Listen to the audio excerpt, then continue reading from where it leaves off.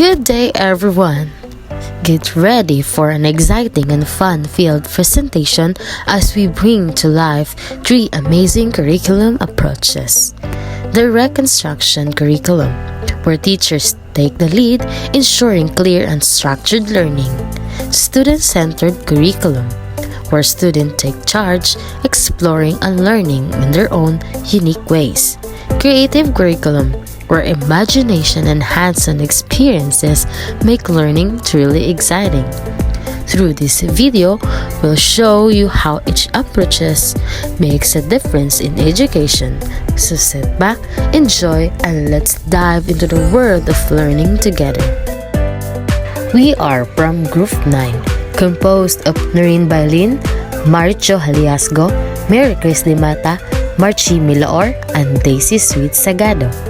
Today, we present a poem that highlights the Reconstruction Curriculum, a structured, teacher-led approach that ensures clear, explicit, and systematic learning. Through this piece, we aim to capture its essence, showcasing how it fosters mastery, clarity, and efficiency in education. Join us as we bring this instructional method to life through the power of poetry. The power of direct instruction.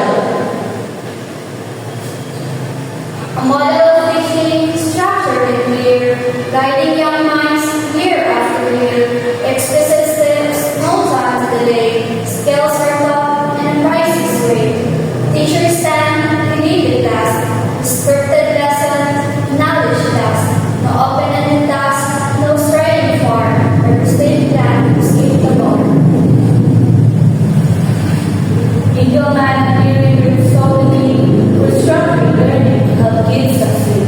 In 66, they build a way for students struggling day by day. Ground and strong behaviors guide, where practice and feedback stand side by side. With rapid pace and mystery, all the new concepts made. 5 great principles favor where all the learn and knowledge grow. With training right, all teachers strive, helping students keep dreams alive. Low performers must move fast, to match their peers and close to God. Each little step, no room for doubt, so learning strong can blossom out. Teachers guides, rules define, introduction first, the base alive. The model show the task to it guided steps so all get through. Practice comes first hand in hand, then on their own to understand. Assessment checks what all have learned, and from mistakes new skills are learned. Across the world, this method says, improving minds in countless ways. Reading, math, and language too, structured learning, system through. No gaps remain, no skill ignored. Each step is clear, each mind explored. Adjust, reteach, or move ahead until the knowledge truly spreads. Each student plays where they belong, grouped by skills to make them strong. Lesson fields is tested, proving right. For mastery gain, for future pride. So here we stand, the goal is bright. Direct instruction, spark the light. Teach with purpose, firm and blue. A path of success for me and you. With structure strong, the path is clear. Guiding instruction, year by year. Through careful steps and lesson drive. We shape the future, minds may fly. Good day, everyone. After that inspiring poem, it's time for some action. Now, let's enjoy a fun and engaging roleplay that brings to life the student-centered curriculum, an exciting approach where students take the lead in their own learning. This roleplay will show how students' interest, creativity, and voices shape their learning experiences. So get ready, have fun, and enjoy the show. Good day, mga student. Good day, teacher. How's your day today? We're fine, teacher. Okay, so excited ako mag-learn sa ating new lesson? Yes, teacher. So, excited naman mo. And this time, nagaan mo freedom ang mag-choose kung sa inyong ma-learn. So, excited ako mag-learn? Yes, teacher. So, our lesson today is all about shapes. Teacher, pwede ka sabihin of letter shapes by using blocks? Yes, you can. Yay! Teacher, pwede ko mag-drawing?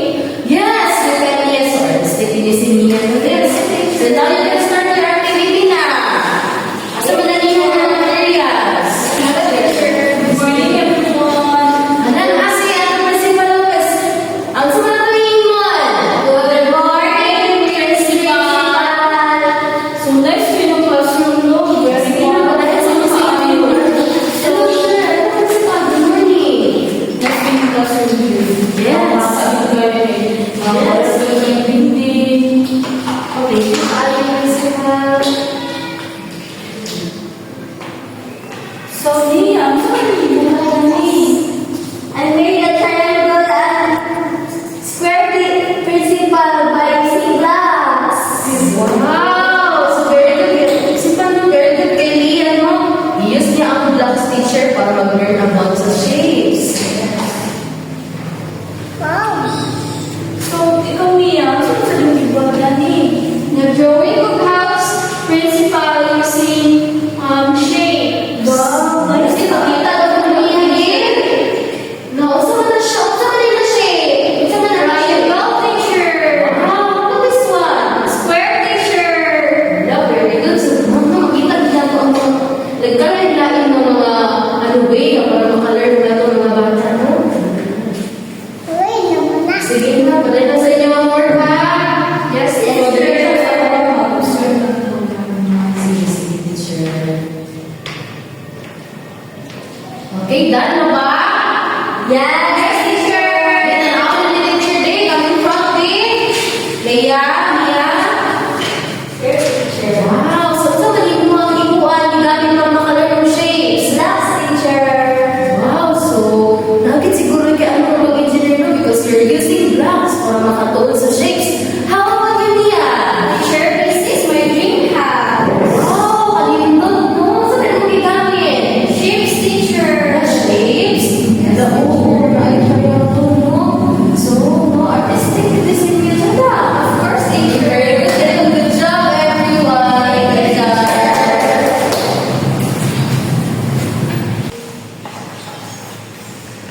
Hello, dear students. Hello, teacher. So, nakasnack na ba tanong? Yes, teacher. Okay, so ito ako gilearn ganyan na for the next snacks. About shapes, teacher. Okay, so ito yung ibuhat mag-learn sa shapes using blocks, teacher. How do you mean? So ito yung ha? One teacher na group house using Yeah, very good. So, Hanwon, excited ako mag-learn about sa, you know, the lesson? Yes, teacher.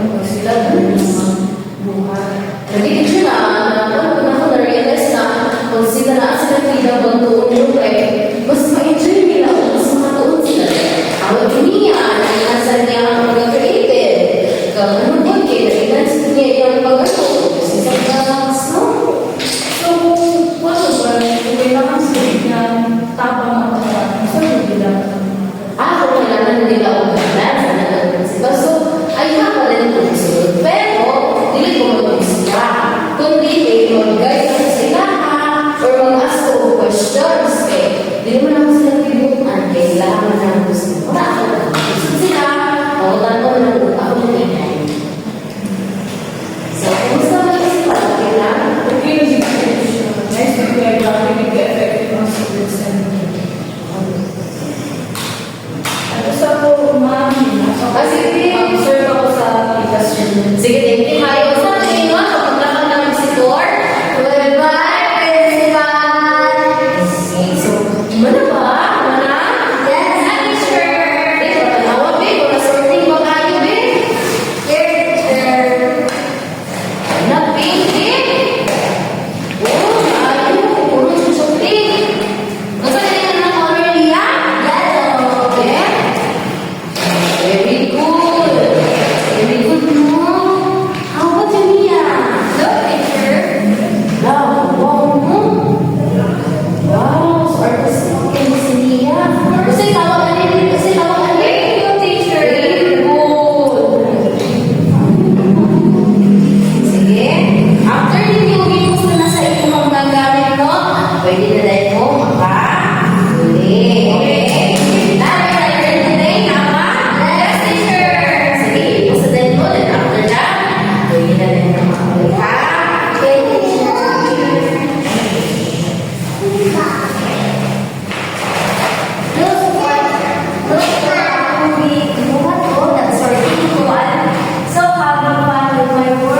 Me too, Leia. Painting makes me look, Leia.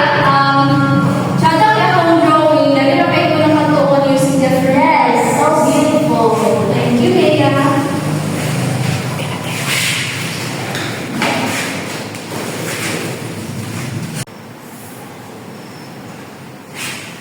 Good morning, students! Good morning, teacher! So, kumusta mo naman daw karon? Okay na, teacher. Okay, nakakabahaw ka ang tanan? Yes, teacher! Okay, so before ka mag-start, no? Magbasa sa si teacher of story. Gusto ba mo mamina sa story ni teacher? Yes, teacher! Okay, so ang atong story is about ni Takore at si Balde.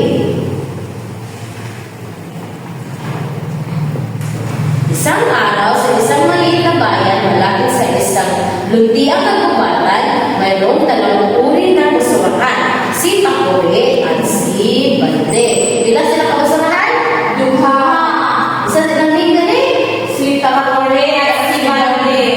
Teacher, di ba ang Takore kay katong anak? Kagustuhan na sa init bitaw. Oo, Takore mo gano'n to siya, pero ang iyang name, Takore. Okay lang ba? Sabihin niyo, nakakore yan eh? No. Ay, sige, ako ilisan. Sige, manunod. Basta mo lang tayo yung galing niya?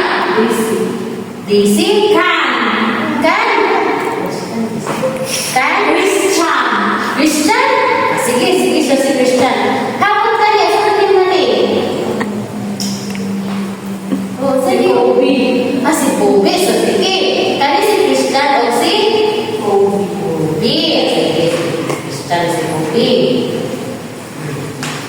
Si Christian, ang matandang basurahan na yari sa bakal. Siya ay mahigpit at maayos. Maingat niyang tinatanggap ang mga tulong basura kaya ng mga papel, plastic at bote. Palagi niyang pinaalalahanan ng mga tao na pag-uri-uriin ang kanilang mga basura.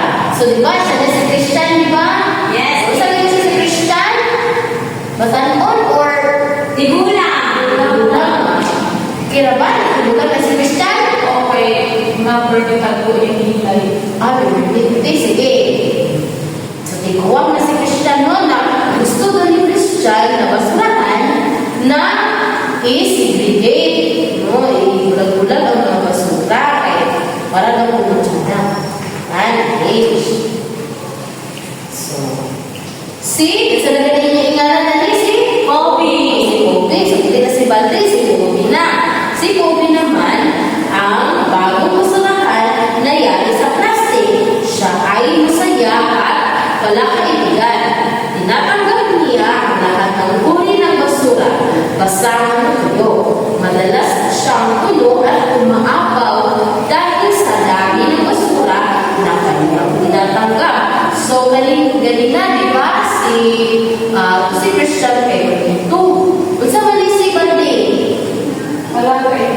Oh, friendly si Pobi. Oh, si Pobi naman din siya, no?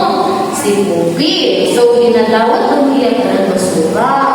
Muna mag-awas-awas na siya. Hindi pareha daw ni Kuan, ni Christian, nga gusto niya nakabulag-bulag ang basura. Isang araw, dumating ang malakas na ulan. Ang basura sa loob ni Pobi ay nagkalat at nagdulot ng baha sa kalye. So, isa daw ko nung kadlaw, no? Na nagbuan ang ulan. Sa man yung ulan or sa man yung gusto? Pwede snow. Snow? Sige, sige. Pwede lang sa snow. So, Teacher, ano ng baha? baha ka nang magkuha ng tubig na kusog kaayo na hindi na siya magkagawas. Mag-trap na ang tubig, yun na siya ang baha. So, kasno ka na nga itong gipuli ito. Mag-snow na lang para di magbaha. Mag-snow na lang. Sige, ato snow din. Napuno din sa snow. Ano na lang? Sige. Matapunan na yung basura. Na matutunan ang basura? Sige. Ano na lang? So, isa daw kaadlaw, dumating daw kuno ang malakas na snow. Na ang mga basura na kuno ni Pobi kay nagkalat. No, natatabunan na sa snow. Oo, natatabunan na sa snow. Nakugaw na kaayo. Daga na kay basura. Nakita ito ni Christian at nalungkot siya para kay Pobi. Sinabi niya kay Pobi, alam mo, mahalaga ang pag-uuri ng basura. Kung pinag-uri-uriin natin ang mga ito, mas madali silang matatapon at iwasan ang mga sakuna. So, ino si Kuan Christian na dapat ulag-ulag ng basura. Kaya kung mag-abot ang snow, na kung mag-usog ang snow, hindi mo makalat ang basura na ugaw na kaayo. Dapat ako no, laki, dili, tampo. Sa inyo balay, ano ba mo? Tampo, lay-lay sa basura. Sa inyong house. May sabi, teacher. How about you, Lizzie? Lilac teacher. Okay na ano, pareha mo ni Christian. Okay, next. Nahihiya si Badre sa nangyari. Ay, si Pobi. Nahihiya si Pobi sa nangyari. Nangako siya kay Christian na magiging mas maingat na siya sa pagtanggap ng basura.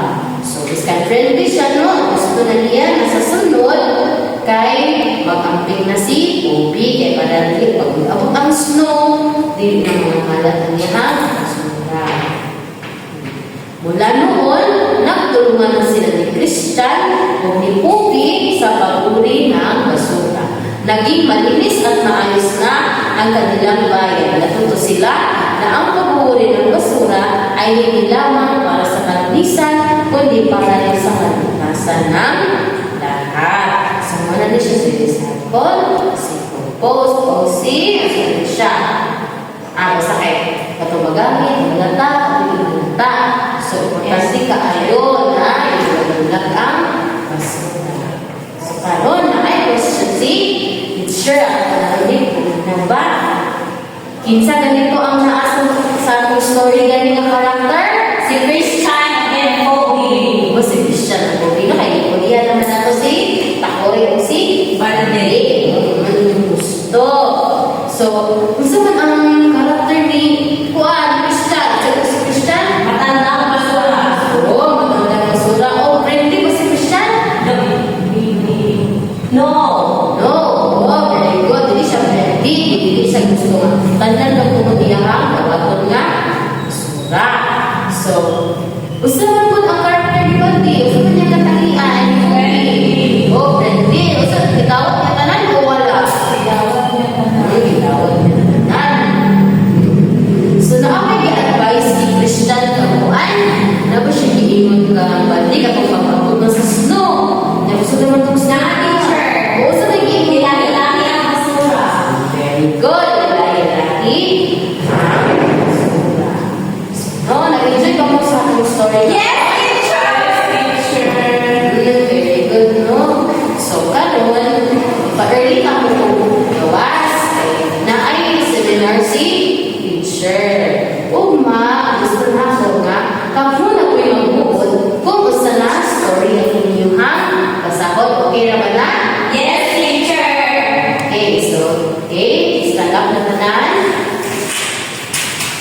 Goodbye, everyone. Goodbye, teacher. Goodbye. Hanggang sa pamulihan. Get ready to explore, create, and discover as we dive into the exciting world of creative curriculum. Today, we will take you on a journey to different interactive stations, each designed to spark curiosity and engage the senses. Texture Station. Feel and explore a variety of surfaces from smooth to rough.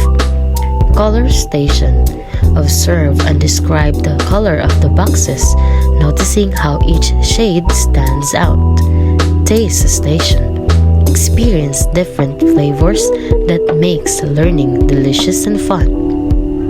Through these hands-on experiences, we celebrate how creative curriculum encourages exploration, imagination, and meaningful learning. So let's jump in, have fun, and embrace the joy of learning through creativity.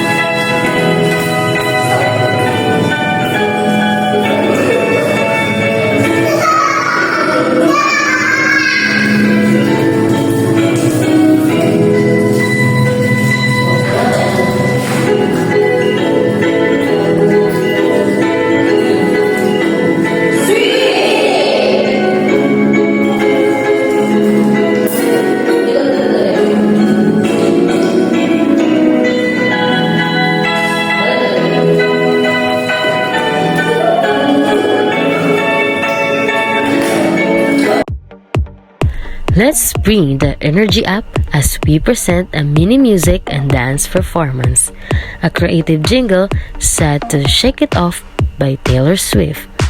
This exciting number showcases the creative curriculum, a dynamic and hands-on approach that encourages exploration, imagination, and active learning. Through music and movement, we celebrate how creativity makes learning fun and meaningful. So come on, dance and sing with us, and let's shake it off while embracing the power of creative in education.